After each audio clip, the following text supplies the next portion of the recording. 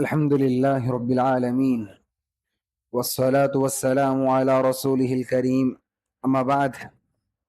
عن ابن عباس رضي الله عنهما قال: قدم عيينة بن حصن فنزل على ابن أخيه الحر بن قيس وكان من النفر الذين يدنيهم عمر رضي الله عنه إلى آخر الحديث. رواه البخاری. محترم بھائیوں، ابھی آپ کے سامنے صحیح بخاری شریف کی روایت پڑھی گئی ہے. اس حدیث کے راوی صحابی رسول عبداللہ بن عباس رضی اللہ عنہما ہیں. فرماتے ہیں کہ عیینہ بن حصن اپنے بھائی کے بیٹے، اپنے بھتیجے کے پاس حر بن قیس کے پاس آئے، اور حر بن قیس یہ ان لوگوں میں سے ہیں جنہیں حضرت عمر نے اپنے دور خلافت میں اپنے مشیر لوگوں میں شامل کیا تھا، اپنی مجلس مشاورت میں شامل کیا تھا. وكان القراء واصحاب مجلس عمر رضی اللہ عنہ مشاورته كهولا كانوا او شبانا. اور حضرت عمر کی جو مجلس مشاورت تھی، حضرت عمر جن لوگوں کے ساتھ اٹھتے بیٹھتے تھے، حکومت کے بارے مشورے کرتے تھے، جو حضرت عمر کے ساتھ حکومت چلاتے تھے، خلافت کرتے تھے، وہ لوگ ان میں سے چند وہ تھے جو عمر رسیدہ تھے، اور ان میں سے چند وہ تھی جو جوان تھے. بتانا یہ ہے کہ حضرت عمر کے پاس قریب ہونے کے لیے، مشورہ دینے کے لیے عمر کوئی چیز نہیں تھی، عمر کوئی اعتبار نہیں تھا، بلکہ اعتبار علم کا تھا، تجربے کا تھا. جس کے پاس جتنا علم ہوگا، جتنا تجربہ ہوگا، حضرت عمر اس کو اتنا قریب کرتے، اپنے مجلس مشاورت میں اس کو شامل کرتے. گرچہ وہ جوان ہو، گرچہ کم عمر ہو، اگر علم ہے، تجربہ ہے، تو حضرت عمر اس کو اپنی مجلس مشاورت میں شامل کرتے. عیینہ بن حصن نے اپنے چچا، اپنے بھائی کے بیٹے، اپنے بھتیجے حر بن قیس سے کہا کہ تم حضرت عمر کے قریبی انسانوں میں سے ہو، حضرت عمر سے ملاقات کرنا چاہتا ہوں، اجازت لے کر دو، حضرت عمر سے ملاقات کرنا چاہتا ہوں. تو حر بن قیس نے اجازت لے کر دی. عیینہ حضرت عمر کے پاس آئے اور انہوں نے کہا: یا ابن الخطاب فواللہ ما تعطینا الجزل ولا تحکم فینا بالعدل.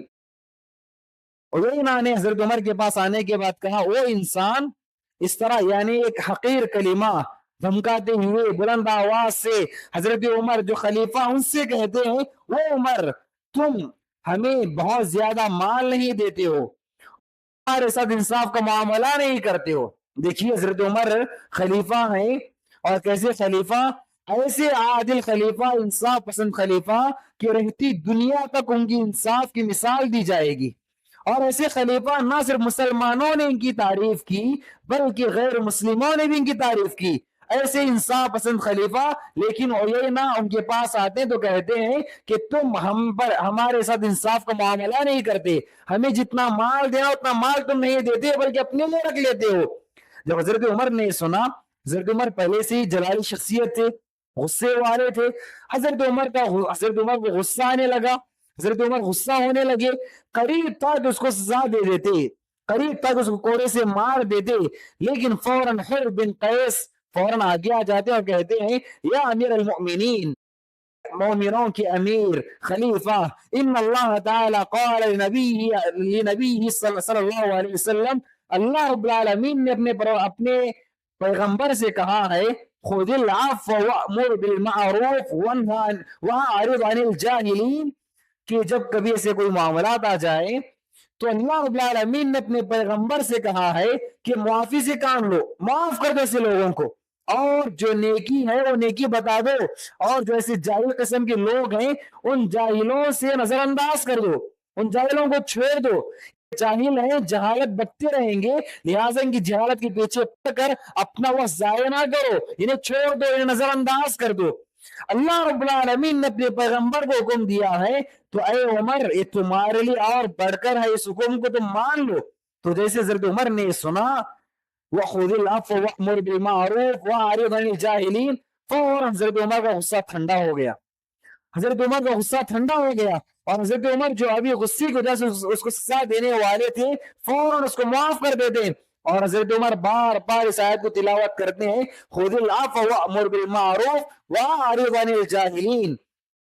ذہنی رامی بتانا یہ ہے کہ دیکھیے حضرت عمر چاہتے تھے اس کی گردن اڑا سکتے تھے، چاہتے تو اس کو مارنے کا حکم دے سکتے تھے، لیکن جیسے ان کے سامنے آیت کریمہ پڑھی گئی، اللہ رب العالمین کا فرمان سنایا گیا، تو فوراً حضرت عمر کا غصہ ٹھنڈا ہو گیا۔